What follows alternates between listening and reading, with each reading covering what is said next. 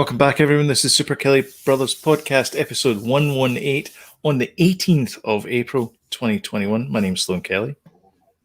My name's Jody Kelly. And how you doing? It's been a while. Has it? It's been a week. It feels longer because of the old. I got an owie. Yeah. But I'm fine. Thanks for asking. Oh, how you doing? I'm fine. I'm fine. I'll ask you this earlier on this week. I know. Yeah, we can talk about it in the news. Communicate. We do talk outside, doing a podcast together. Although it is sometimes tricky because we're like, I want to talk about the Winter Soldier, but then we want to keep it kind of fresh for the show. Yeah. But you talked to James. I did. I met James over a fire pit with our friend Mark last night. Nice. And we had a couple of sherbets. Sherbets. He's trying to find more elaborate ways of bumping into me. So this time, last time it was in a car park. He followed me to. This time he made Mark invite us both to his house so we could chat. That's not true. But anyway, he forced Mark to invite you both to Mark's house. And first thing he said to me was, "What did you think of the episodes?" You know, and I was like, "I loved it. Actually, I loved that one. I really enjoyed it." So then we can get into a wee bit of a riff on it and stuff. Well, I'll love to hear your thoughts about it later on in the show when we go through what you're watching, which is the second segment of our show. But the first segment of our show is the news.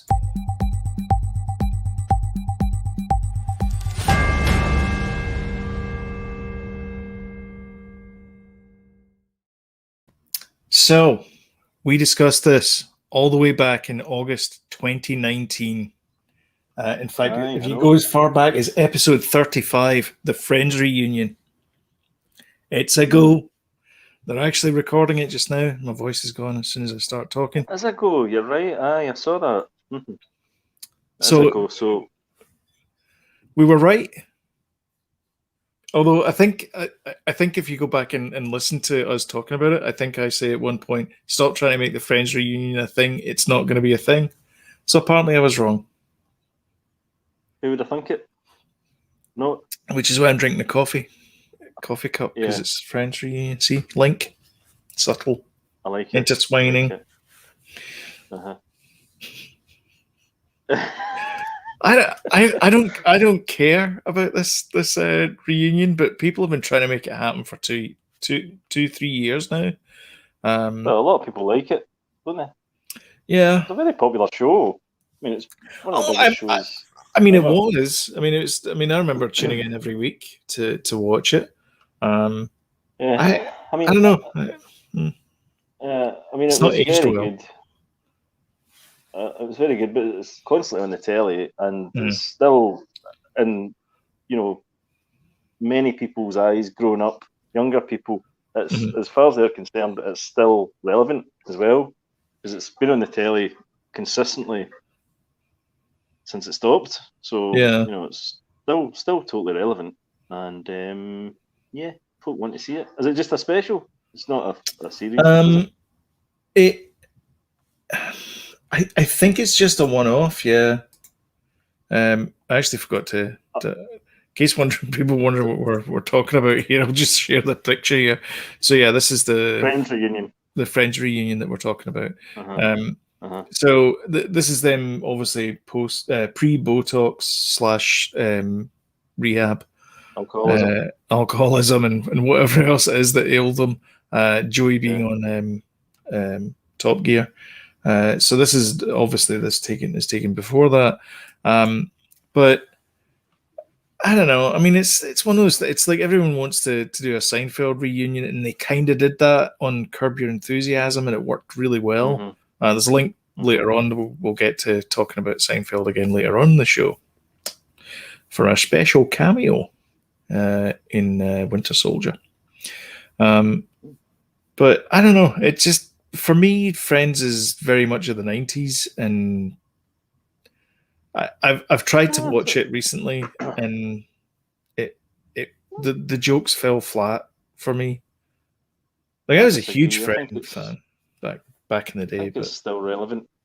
Still relevant because it's still been shown. My daughter grew up with it. She's only 22. Kids love it. Yeah, kids love it.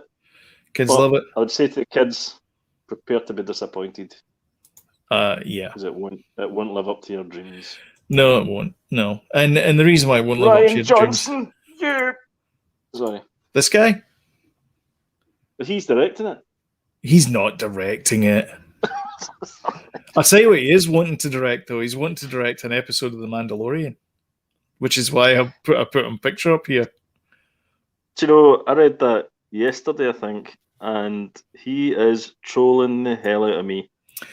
He's doing this on purpose now. I think he is, yeah. I think he is. I think you might be right. I'm not having it. I'm not having it. He's everywhere, though. It's not affected me. It's not affected me. So if that's the case, he's gonna be on Disney Plus. He's gonna be on Netflix because he's got that massive deal. Him and his producing partner, his sidekick.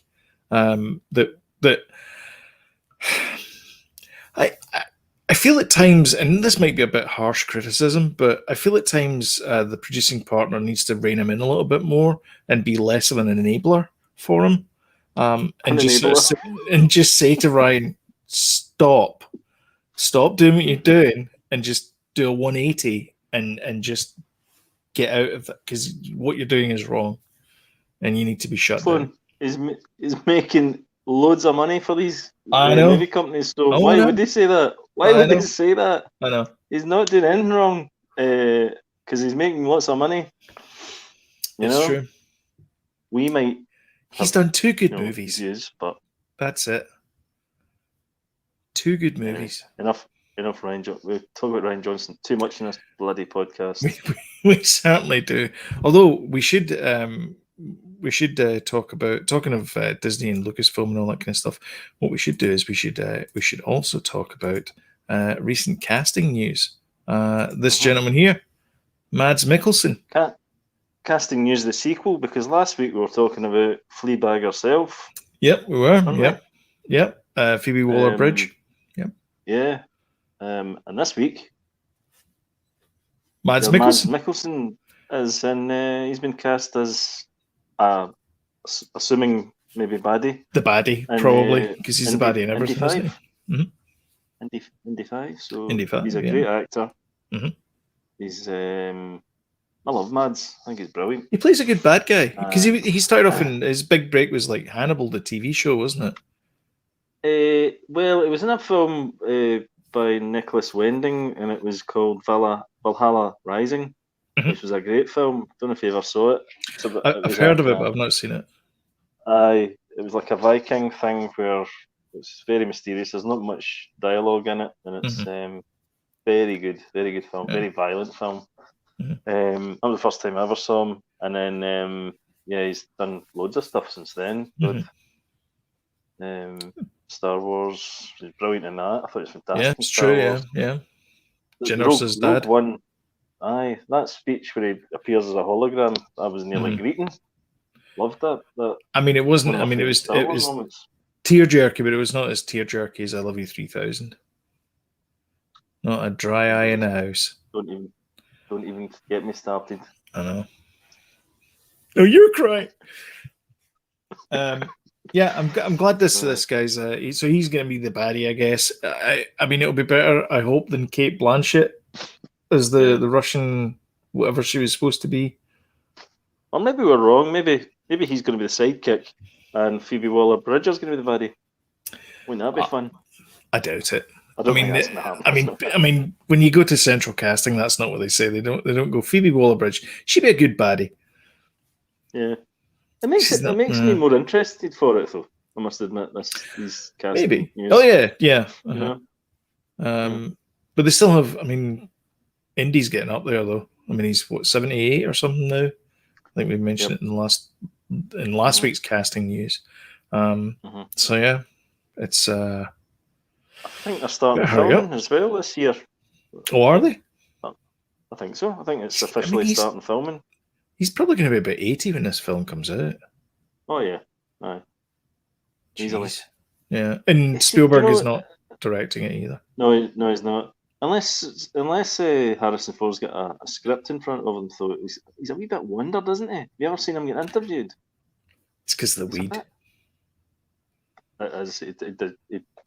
It does a lot of that. There's a lot of herbal, medicinal things. Yeah. He's a bit spaced out. Same as Woody Harrelson. Apparently Woody Harrelson is a bit of a, hey man, type guy. I can imagine. He seems quite laid back. Yeah. Yeah, much more than like Matthew McConaughey. Well, it's legal here. Unlike walking outside. Oh. Yeah. Oh dear. That was a bit of a damp squid. To say the least. Because we're now in the middle of a severe lockdown. Severe lockdown? Severe lockdown, yeah. So we're not allowed to leave our houses at all. They've not quite instituted a curfew yet, but it's pretty bad, pretty grim here. Because the variants. So yeah, that's good. Mads Mikkelsen. Yeah.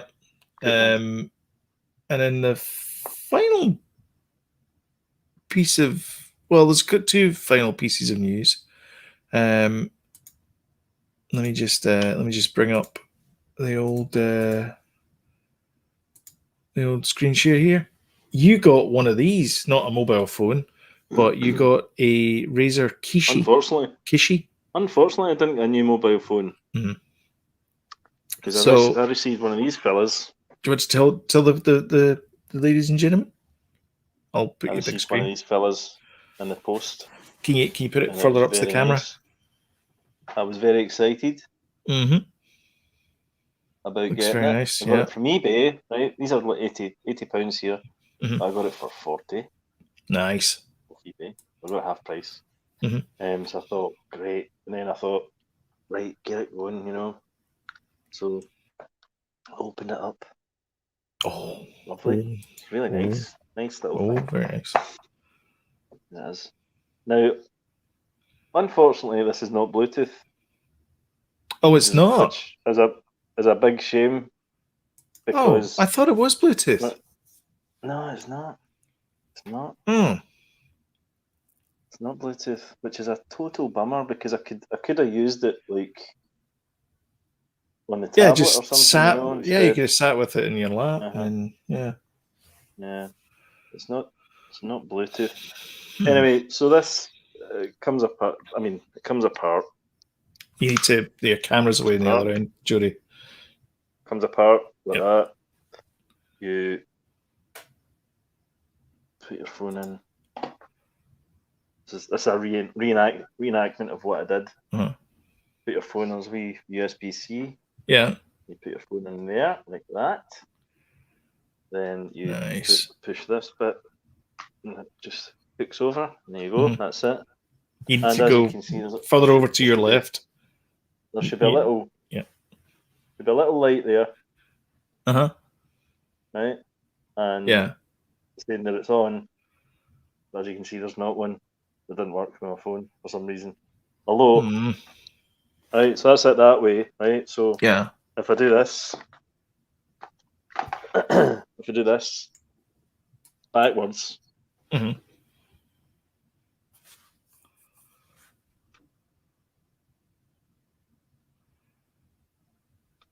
light's on. So why? I think there's got to be a couple of pins, like bent or something in the inside. Like, see if you look inside the not just now because it makes great TV, but if you look inside there with like a magnifying glass or something, I think there's like a couple of pins that are bent or damaged. Bent. I think that's a bit odd. We're opposite sides. I'm there. Oh, it is a bit odd. Kicking out. Oh, my OCD there was going off the scale. I'll switch. So that's a pity. That's a So shame. anyway, I've got Game Pass app on my phone, so and I've not downloaded because it streams on the Game Pass mobile app, Mhm. not on the PC. You've got to download the games. Yeah. But so I streamed Banjo Kazooie because I thought that's a phone, and Mhm. you can use the touch screen. You know, you can use the touch screen. It Mhm. puts up the controls on the screen. Oh, nice. But Okay. boy, was it! Yeah, but it was laggy. Oh, really? So obviously, I need to upgrade a couple more things. Yeah. So it wasn't. I was probably all this hassle is probably better, but I just better buying a bloody Xbox. But anyway, Well, I mean, the that's goal what I is get to for trying to be smart. get so you've got a PC now that's capable of running these Yeah, the things, games work. Yeah, yeah, and so you've got that part of it. It's just that yeah. you were shooting for a mobile experience as well. Oh, So I'm still going to it's still going to work for me. I think. I mean, I've had this phone for quite a long time, but it's a case of do I upgrade my phone just for the sake of this, or you know. uh-huh. And I went on YouTube a few things to see why it wouldn't be working and troubleshooting it a little bit, but there doesn't seem to be anything Yeah, that I can see that's obvious. yeah. And you can Honestly, contact them. it feels like there's because it's a USB connector, and I don't know Uh-huh. the exact pin designation, but you can put it in either way. So whatever's allowing you to charge it, data, whatever it is on the other side, and so when you flip the phone around, that's why it Yeah, works. it's Um, definitely something to do with the phone because see this mhm. adapter. Yeah, It's the same. I've got the same scenario. yeah. See, that's that. When you Right, said that to me, right, that's when I was like, right. That's it. Not charging, and it's plugged in. Hello, hello. hello. And then right, I'm flipping it, Hmm. and it's charging. And it's charging up. See So that it's something to do with yeah. this phone. See It's the not the US razor. yeah the USB C should work either way. It's not Like the it key. doesn't So that's matter. good news. Yeah, that's good. It's not. Yeah. No. So it's still a good thing. I'm going to keep it. You know, and the only other phones we've got in the house are iPhones, and it's not an iPhone one. Yeah. And Evelyn has got an old school, that type. Hmm. USB. Yeah, the mini USB. Yeah. Yeah. So it's not going to work with any other phone Or apart micro from mine, USB. and it doesn't Sure. work. Yeah. So That's a bummer. it was a great wee experiment, Mhm. but I think I'm going to have to upgrade phones or something. Yeah. And it Well- will work, and it's going to be cool when it does. Mhm. Well, talking of upgrades, I upgraded my Yes, PC. I'm excited by this. So I think I mentioned this last week or the week before about there's two things you need to understand is about when you upgrade a PC is one, your parts are obsolete as soon as you buy them, and two, you're doing it wrong because somebody's going to come along and go, you're doing it wrong. You're not doing it right.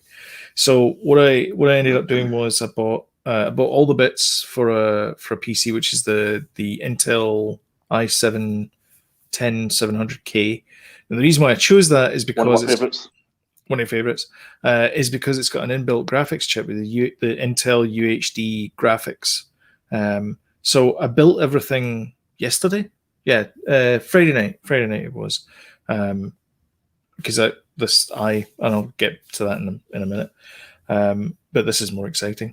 So I built the PC up, and I love building PCs. But I mean, I only do it once every 5-6 years anyway. So it's not like I do this every day. So it's always challenging to sort of see where these things are. You ought to see the size of this. There's I'll show you this thing. It's called a Noctua DH14. Yeah, it's this thing here. This is the heatsink that I used in my PC build. This thing is, I swear to God, it's like that size. It's like 6 inches by 6 inches. It's like 6 inches cubed 6 along that way, 6 up that way, and it sits on top of the chip. It's massive. Anyway, so I built So do we disclaim? Sorry, podcast people Yes. that are listening. We're doing a lot of visual things here. There's a lot of visual things, yeah. Slimmer's showing off a fan that he's building his PC, so there's a lot of visual things. Go to our YouTube channel and watch on YouTube. And you can see it all. Yeah, well, not everything. Not luckily everything. we're Tops fully on. clothed. Yes, Fully taps on. Mostly. Yeah. I'm not wearing any trousers. No one needed to know that. Okay. So plugged everything in. I got these little M2 cards, plugged them all in, fired it all up, and it came up and said BIOS screen, and I'm like, okay. So first time. It worked first time, yeah. So I'm like, all right, so I'm in the BIOS screen. So that's good. Checked all the CPU and the fan and the memory and all that kind of stuff, the hard drives and everything. I'm like, all right, this is great. So then I went to Microsoft, downloaded the Windows 10 install tool thing, put it on an old USB, one of these things here, just a USB key, plugged it into the machine. It fired up, installed Windows 10.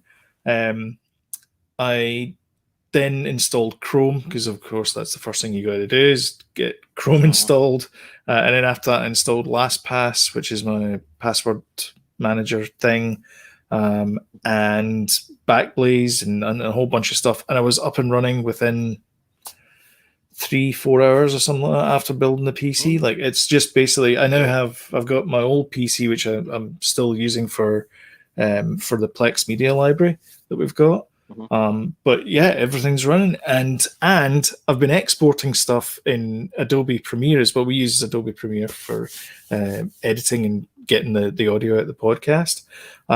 So I just put the meme video up. So if you like memes and you like laughing at people laughing at memes, then check out our memes for Falcon the Winter Soldier. I exported that 13 minutes of content. It took 5 minutes to export. In fact, not even 5 minutes to export. And on my old PC... Is that fast? Well, in my old PC, it would take 26 minutes. Oh, right, okay. That's fast. Oh, yeah. I looked at the CPU cores. There's like 16 CPU cores in there. I'm like,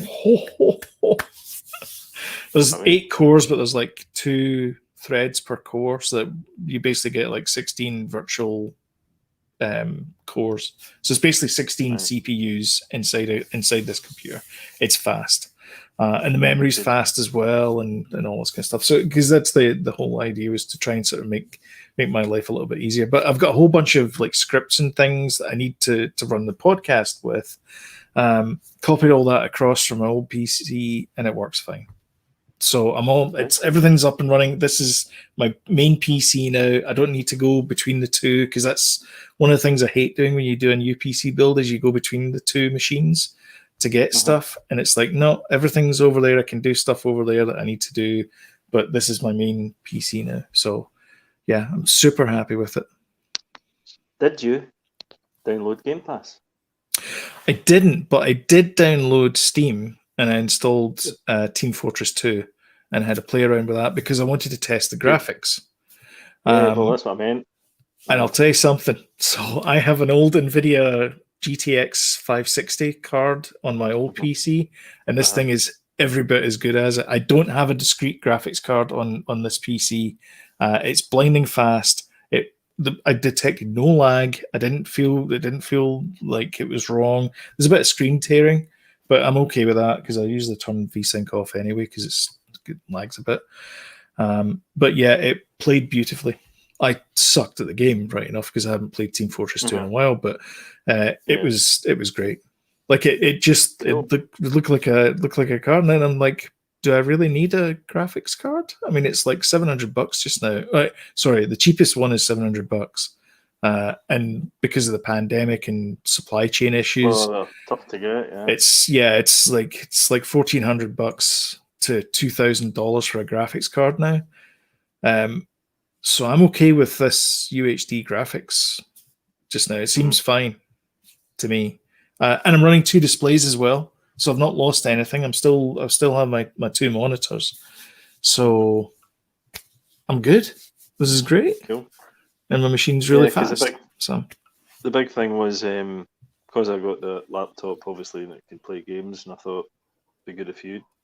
I think that maybe put your in your head, and you thought to yourself, "Wait a minute, I've not done your computer for 5 years." 6, but maybe I've been thinking about it for a while. Yeah, I've been thinking about it for a while. So, and I had like a PC part list in mind. And one of the things I wanted to get was the CPU with the graphics in it. And people will be like, "Oh, why didn't you get AMD?" Well, I was watching Linus Tech Tips, another YouTube channel, and he was saying that AMD, according to him, doesn't have graphic capabilities on their CPUs. I wonder what I've So got. you can. 2 seconds. It'll be an Intel. Sorry, 2 seconds. Yep.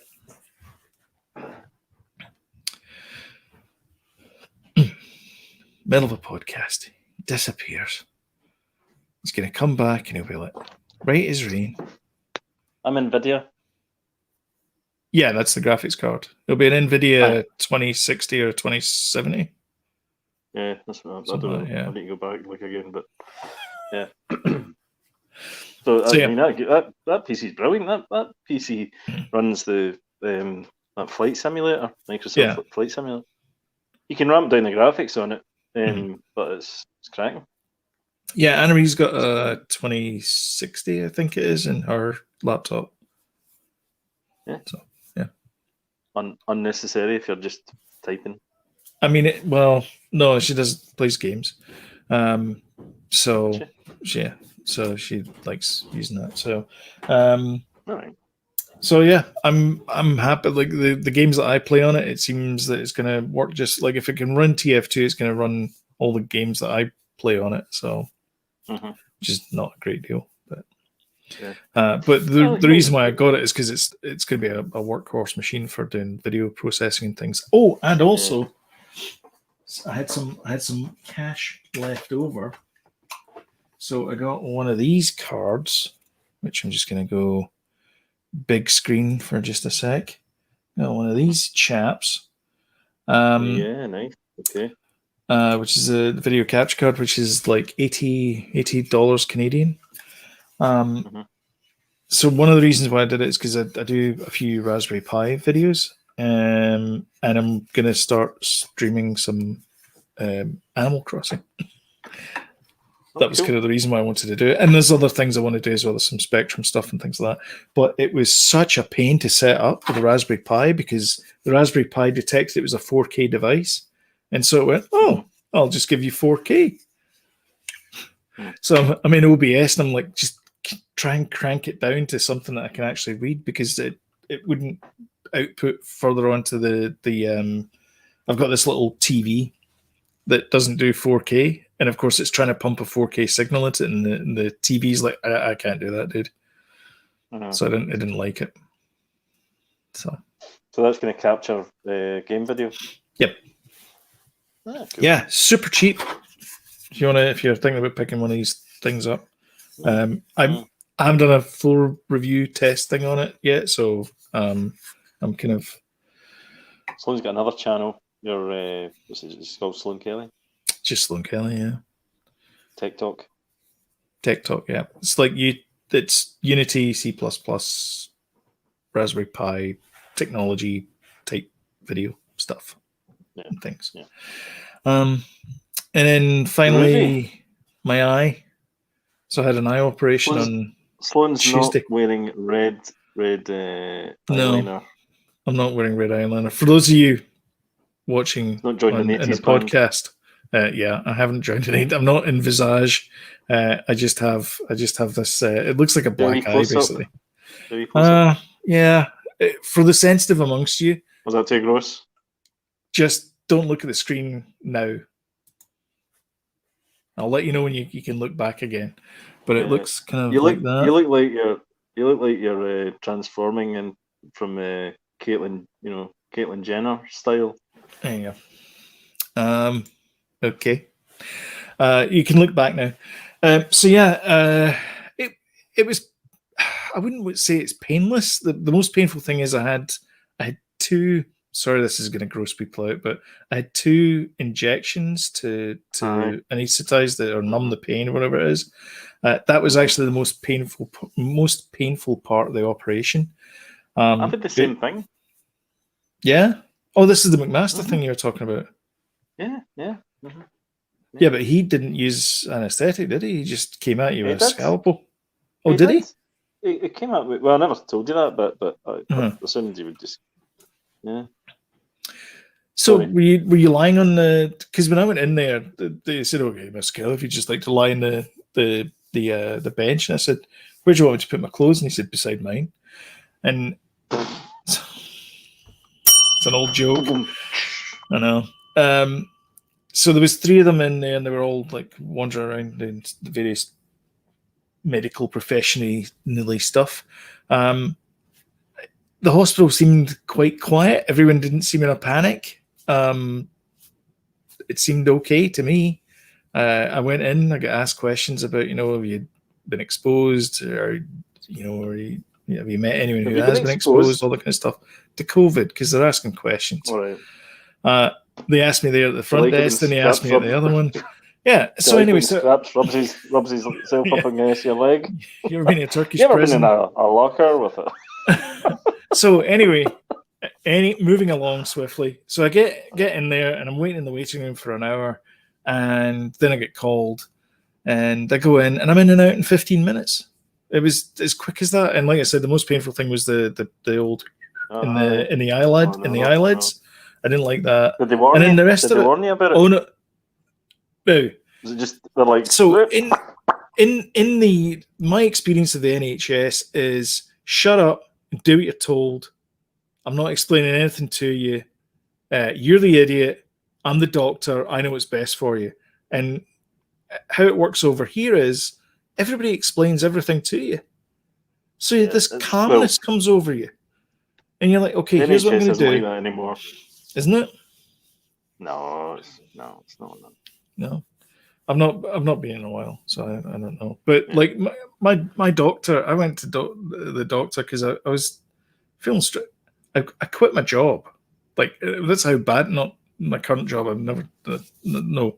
But when I was in the UK and I was working for a company, I'm not going to mention the company name, but I was stressed. I was clearly stressed. I was kind of pacing at night and all this. I was having a bad time.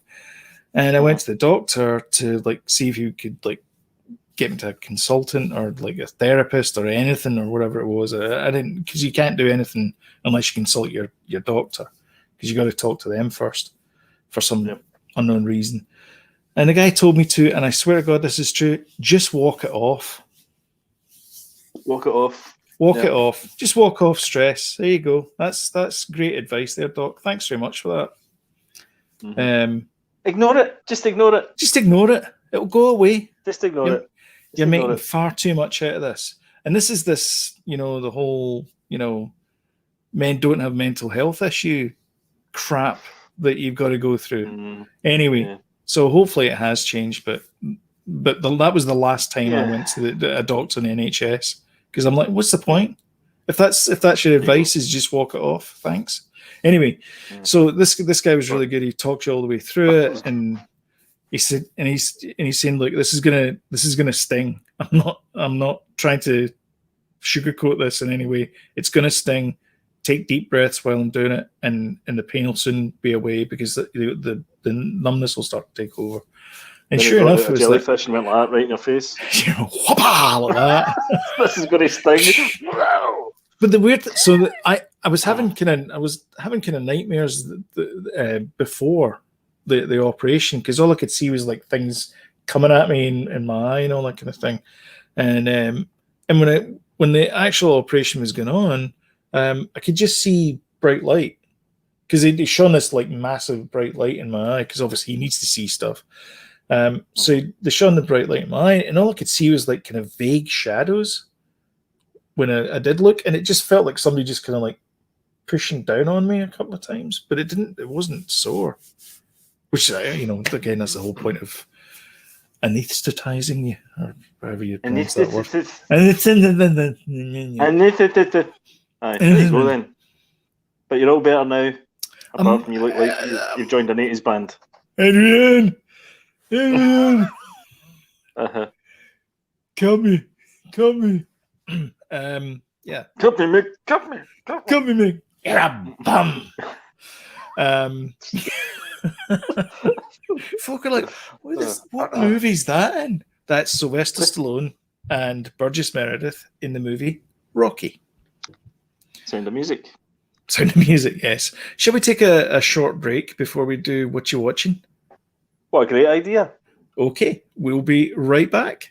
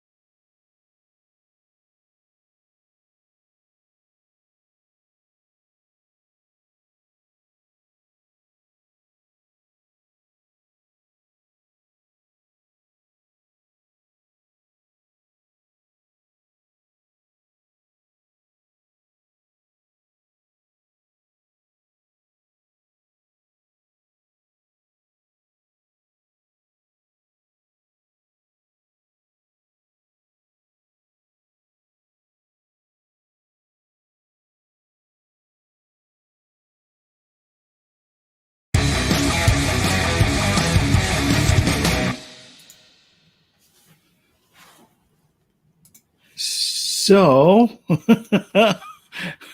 forgot to take that down. What you watching? Well, that music is quite appropriate because we've been watching the old Riz Ahmed movie. Oh yeah, Sound of Metal. Sound of Metal. We've not finished it yet. We're an hour into it or something. Mm-hmm. Very good. Oh, is it? So far. Yeah. I really like him, actually. I think he's really good. He's the pilot in Rogue One, isn't he? He is, aye. He was also in that The Night Of, I think it's called, where he gets accused of a murdering a girl. Where he gets accused of murdering a girl and he doesn't remember anything that happened on the night of question. Which is good as well. And yeah, he's always good. We've been watching Them on Prime. Have you seen that? Nope. There's no way I'd watch that.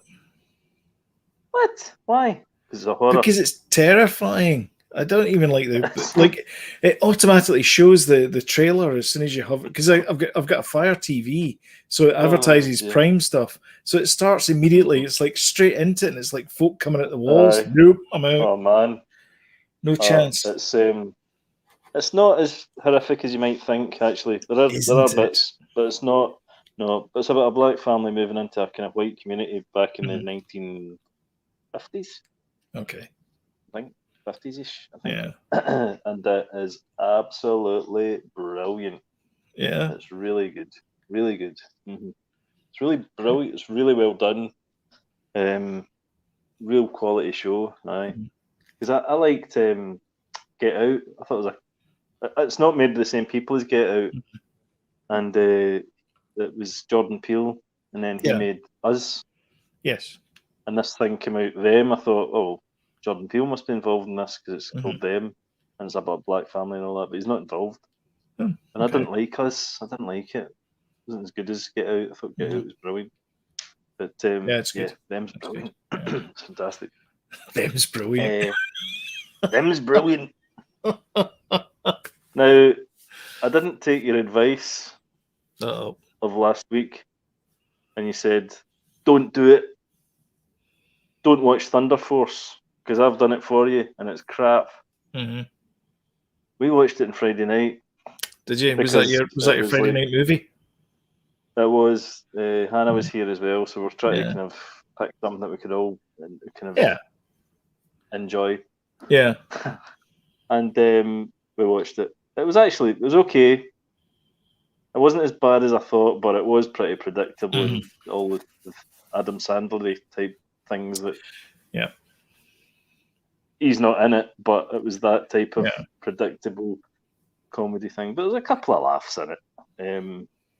But yeah, it was. There was the thing that the crab kept saying in it. Jason Bateman kept saying, and I thought it was quite funny. Yeah, he's always. I like him actually. I really like Jason Bateman. Yeah. Why did you agree to that? I don't know. I was very surprised to see him in it. I was like, I haven't seen this one. Bob Cannavale's in it. I know. Like, come on, man. You're better than this. Yeah, I know. I mean, Octavia Spencer's in it. Come on, Octavia. She's better. Seriously. She's better. I mean, why does she agree to that? She's been so many good films recently, man. I think it's got that movie. Ma was brilliant. She was fantastic in that. I genuinely think it's got to be something along the lines of Michael Caine. I've never seen Jaws 4, but I've seen the house that it built. Yeah, but I think it's also they're all friends maybe, and they're all like,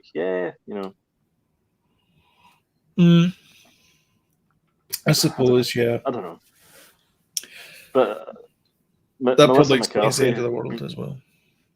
Melissa McCarthy being in it, I was like, oh, fair enough. It's her type of film. Melissa McCarthy, is it? Melissa, yeah. She's lost loads of weight since that movie. You seen her lately? She kind of fluctuates, I think. I think she's. Oh, but she's like proper lost weight. Proper. Oh yeah. Big time. Oh yeah. Do you know who her cousin is? Our cousin? No, not our her cousin. Aye. Her cousin. Aye, it's the blonde girl. Yeah. Jenny McCarthy. Jenny. Yep. I thought that. Should have watched other things, but these are the things that stand out for me. I watched a thing called Garnets Gold on Prime. I don't even know if you've heard of this, right? No. And I didn't know this until tonight because I couldn't remember the name of it, so I had to Google it. And it's called Garnet's Gold on Prime, right? But it was actually a Storyville. You know how BBC do these documentaries, Storyville, and they follow a character. It's a real story, and it's a documentary. They follow a character, or whatever they do. Yeah. So it's this guy's about 58 years old, lives in London, and then when he was in his late 30s, he went up to the Highlands, and on his own, and he was like wandering around, fell down a kind of ravine into like water, thought he'd really hurt himself, thought he was gonna die, and then this staff was like sticking in the water, like a marking point type thing, and he took the staff. So if it was a marking point for somebody, he thought this staff looked so interesting and unusual, so he took it. So it kept playing in his mind, and then 20 years later, he was like, "I'm going to go back there and see," because he read about it, and apparently Bonnie Prince Charlie had buried gold all around, like his fortune. He'd buried gold all around that kind of area. And he thought maybe that was a marking point for gold, and it's so remote, nobody had seen it. Go. Yeah. Aye, so he's a really, I don't know what he does for a living, but he seems to have all. This guy he looks like a kind of Victorian explorer. That's what he looks like. He just has that. He does. He's got that total vibe about him. I just totally get caught up in the story, and it's really good. It's only an hour and 15 minutes. No drone shots. Oh, what's it called? I don't think. Garnet's Gold. It's on Prime. Like Alf Garnet. Garnet, Garnet. Yeah. Garnet's Gold. Garnet's Gold. Okay. It was only an hour and 15 minutes. It was really good. I really enjoyed it. Okay. And it's quite. He's a guy as well. He felt as if he's done nothing with his life, but in actual fact, and he does a poem, and he's like, I nearly did this, I nearly did that, I nearly did that, and almost did this. But he's kind of tried his hand at everything, but not quite got there. You know, he's one of these guys, and but it's made him a really interesting character for it. You know? Yeah. So, okay. I really enjoyed it. I thought it was great. Cool. So yeah. What was that? I've watched a couple of movies this week. Not much, but I've watched a couple of movies. I watched. I'll start with the worst. It was our wedding anniversary on Wednesday. Me and you? Yeah, me and you. Oh no, sorry, we're brothers. Yes. Your wife, you're talking yes. about. Right. 21 years. 21 years. Oh. You'd do Never if been it was kissed. murder you about me now. Well, exactly. So all these other goodies. So we were watching some Disney Plus, and we noticed that League of Extraordinary Gentlemen was on there. So we're like, we need something just to pass the time. So we watched that again. It's okay. It's not a great movie by any stretch of the imagination, but it's Sean Connery's last film, I think. I'm not sure if it's Sean Connery's last film, but it's probably the one that he least wants to be remembered for, other than maybe Jardage. Jardage. I realised it was Wizard of Oz, and it was Zard Oz. Written and directed by Charlie Boorman's dad, John Boorman. Yeah, who directed King Excalibur. Excalibur, yes. And exploring Emerald Forest. Yes. So, after League of Extraordinary Gentlemen, we decided to watch some Babylon AD. Have you ever seen this movie? It's terrible. Babylon AD is, it shouldn't have been, but it is. It's Vin Diesel. Charlotte Rampling is in it, which ties in with the Zardos thing, which is why I was continuing that. Can I just ask a terrible question? Sean Connery person, yes. Please. Yes, Please. yes, you in the back. Why do you keep doing this to yourself? Because I've never seen these movies before, Your Honor, and they're free. And sometimes you just gotta take a gamble. And it's Vin Diesel. How bad can it be? Well, I'll tell you. No further questions. It's awful. At the very end, I'm like, what? Huh? Like nothing gets resolved. It's terrible. And apparently the director, it was butchered to death, he said, by 20th Century Fox. They had the hand in the edit, they had a hand in the shots. And I never directed that movie. Why? I don't know. I don't know why I didn't make it Alan Smithy. Leave it to the creatives, not the accountants. I know. Anyway, so I think what he was supposed to be doing is the hero's journey. He doesn't. It's just this get from point A to point B. Mark Strong's in it as well, which is really he wasn't in this. He was, well, in fact, he was okay in it. It's just that it was a terrible movie. But he's in it for, like, blink and you miss him kind of thing. Then we last night we decided we are going to watch Love and Monsters, which is the new thing on Netflix, which is Dylan O'Brien. Is that his name? No, it's not Dylan O'Brien. What's his name? The guy from Maze Runner. Oh, is it him? Yeah, and Michael Rourke. Yeah, Michael Rourke's in it as well. And that's the only two famous people. I'm sure there's.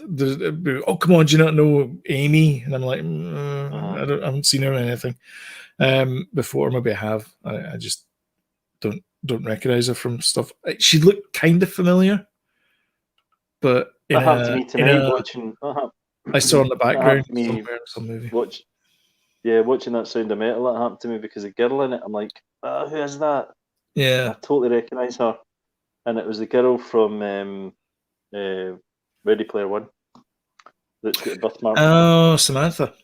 Yeah. Samantha. Yeah, I don't know. Yeah. Yeah. So this is the reason why I mentioned about the hero's journey in the previous one is this guy actually does the hero's journey where he's like, if there's a longing for something, he decides to go out, change his life, blah, blah, blah, all that kind of stuff, and then goes back to the start to fix the thing that was the problem in the start. It's beautifully done. It's a good movie. It follows a very set pattern. You know exactly what's going to happen. There's some cute things in it that happens. Like there's a dog in it called Boy, which is really nice. He meets this this couple who are joined through tragedy. Michael Rourke and this little girl. So her dad died and his son died, so they kind of joined forces. They're kind of like a Last of Us type. Although I've not played Last of Us, but it's the older gentleman, younger. I know the vibe. Yeah. That kind of vibe. And he teaches him how to survive out in the wilderness because it's a post-apocalyptic dystopian nightmare of giant millipedes and bugs and slugs and God knows what else. And it's really well done. It's a good movie. And then I watched Nomadland. So that's my last movie this week with Frances McDormand and Dave Strathairn. I can see why it's up for some Oscars. It's beautifully shot.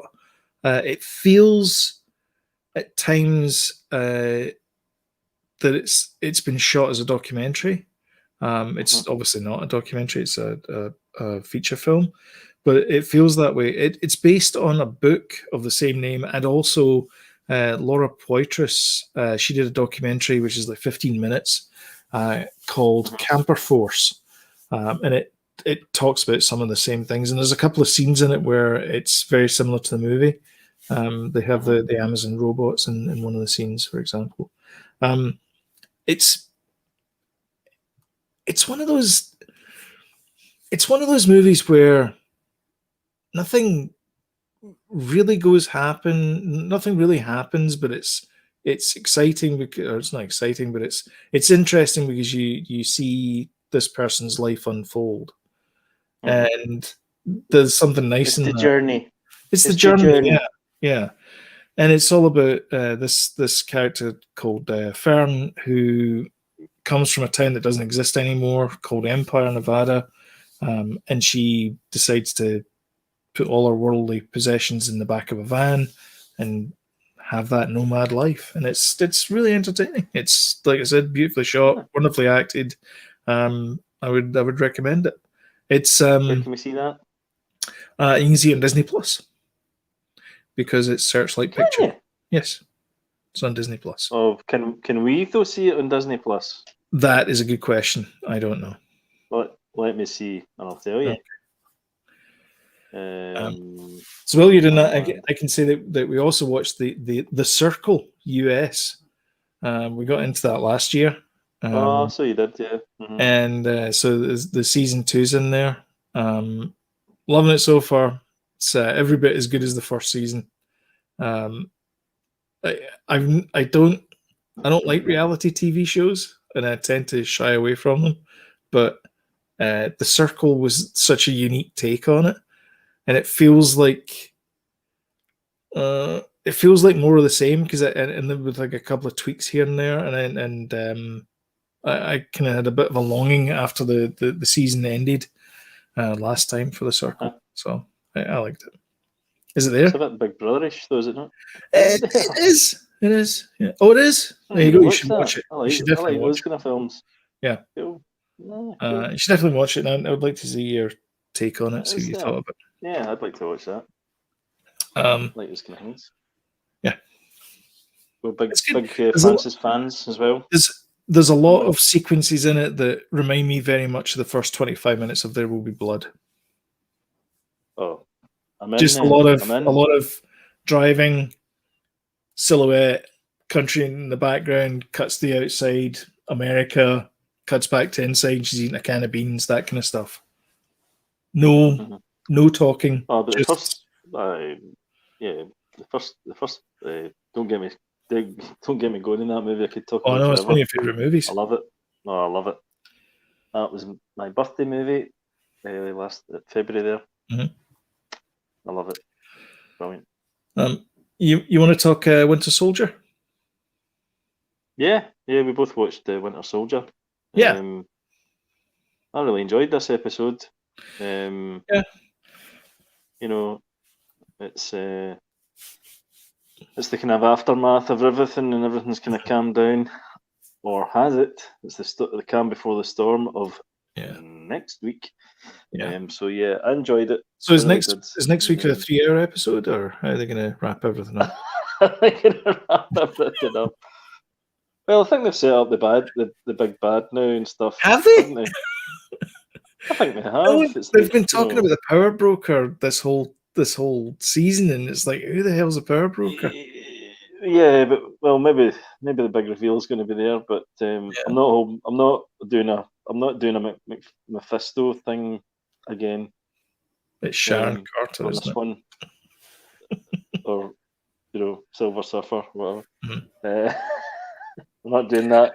I'm just going to take it for what it is, and then look forward to Loki. Yeah, and I think that's the thing that I think separates us from people like Eric Voss, who analyze things and then give all the nice, neat, like Easter eggy things that you and I miss. We're in it because we want to be entertained. Like we want a good story. We want good characters. We want dialogue. We want action. We want all those kind of things.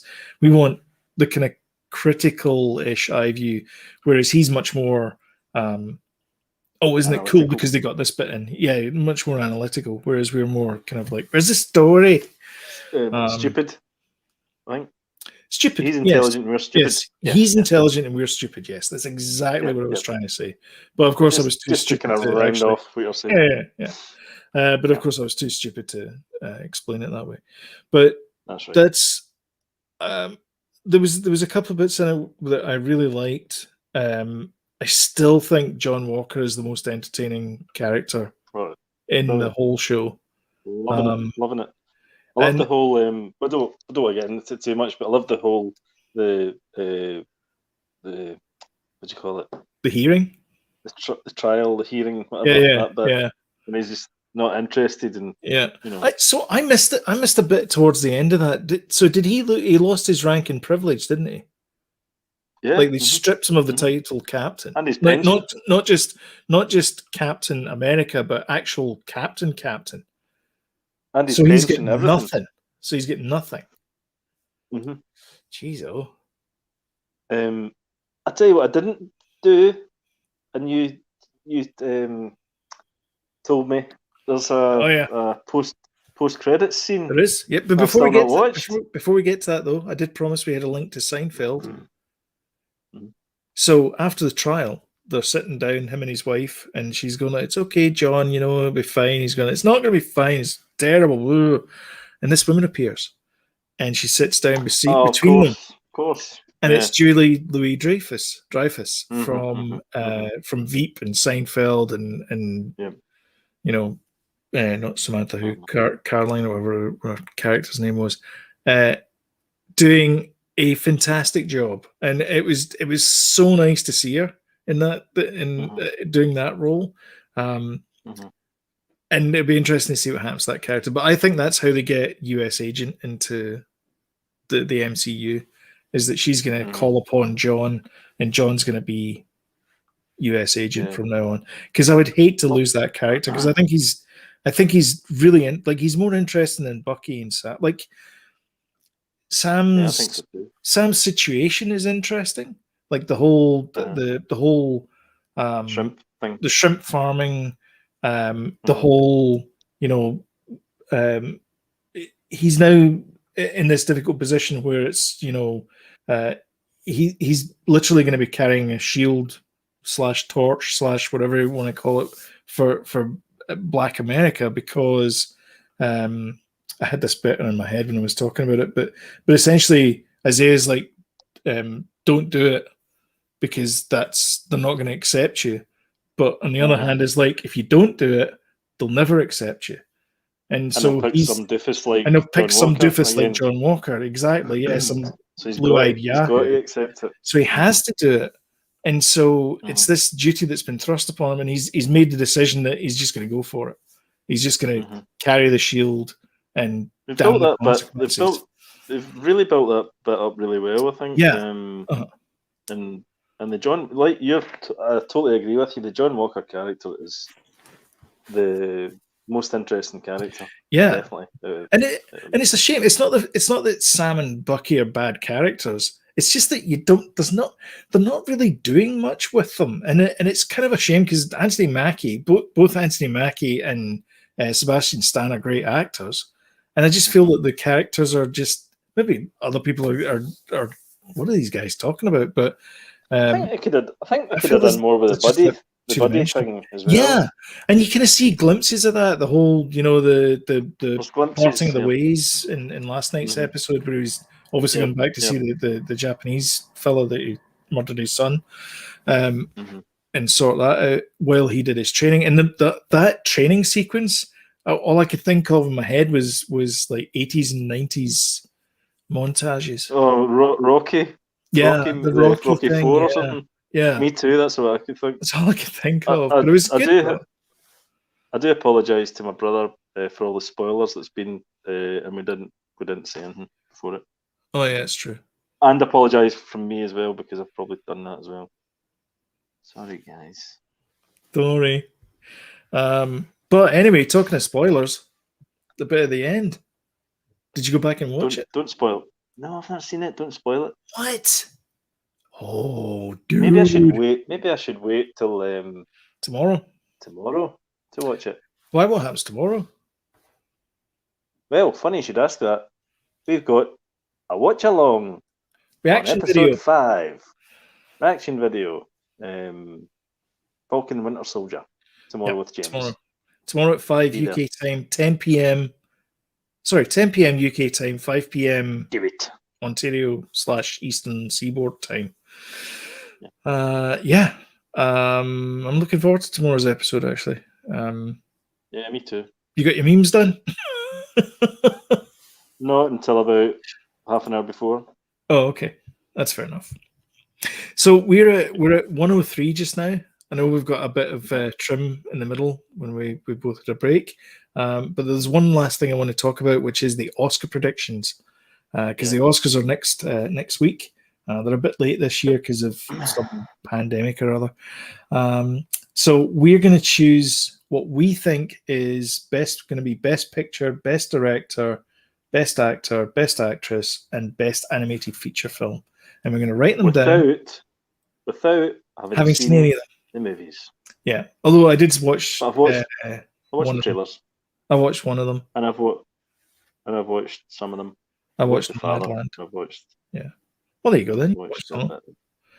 Okay, shall we start off with Best Animated Feature Film? What do you have for that? Do you want? I should probably list them so that people know what we're talking about. So there's Onward from Pixar, Over the Moon from Netflix, A Shaun of the Sheep movie from Netflix, Soul from Pixar, and Wolfwalkers from Apple Plus. The only one I don't know is the Wolfwalkers one. Yeah, I don't know that either. But Soul has been watched in this house about 5 times. Really? So is Onward. Onward's quite. Yeah, we've seen Onward a couple of times. Yeah. But Soul's quite. So I'm going to go for Soul. Okay. We've seen Shaun of the Sheep. It's not good. How's that an Oscar I don't nominated know. movie? I mean, it's an animated movie. I too like have also TV gone with Soul, because as much as I enjoyed Onward, I kind of like the whole art, musicy a heavy vibe. thing, man. It's real heavy, to yeah. do. Yeah. And they pulled it off. Yep. Okay. Best actor in a leading role. And Okay. it looks stunning. Yeah, it does. It looks really good. Best actor in a leading role: Riz Ahmed for Sound of Metal, Chadwick Boseman for Ma Rainey's Black Bottom, Anthony Hopkins for The Father, Gary Oldman for Mank, and Gary. Stephen Yeun for Minari. I'm going to have to go for. I'm going to, full disclosure. I've not seen all of these movies. I'd like to see the Ma Rainey's Black Bottom, for the title only. But Chadwick, obviously, I think Chadwick might get it because of the So spoilers. I've chosen Chadwick. I think it'd be nice if he did get it. Yeah. But I think, and I wish I'd seen the film so that I could kind of compare. But I've seen The Father, and it's fantastic.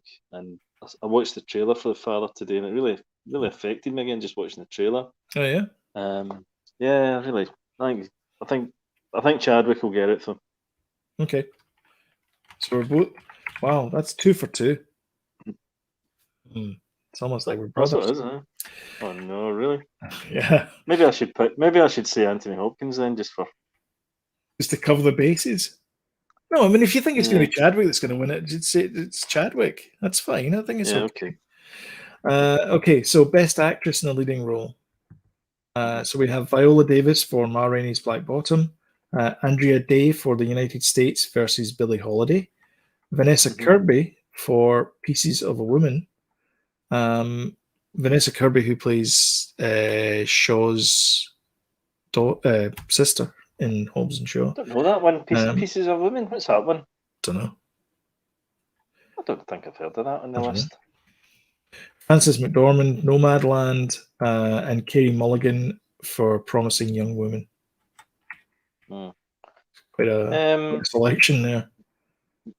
I like Viola Davis and I like Frances McDormand. By the way, I think this is how they pick the real Oscars. No, this is 100% how they pick the real Oscars. Yeah, because I mean, it's just arbitrary. I think it's how they used to. They're like, oh, I recognise that name. Yeah, stick her in. Yeah. Stick her. I do like. Let's go for Viola. Okay. I went with Frances McDormand in Nomadland. Nomadland. Because I've seen it. Okay, best director. Thomas Vinterberg for Another Round. Never even heard of Another Round. Is it set in a bar? Dave Fincher. All the trailers. Annoying. Dave Fincher for Mank. Lee Isaac Chung for Minari. Chloe Zhao for Nomadland. And Emerald Fennell for Promising Young Woman. I like the name Emerald Fennell. That's Fennell. Great name.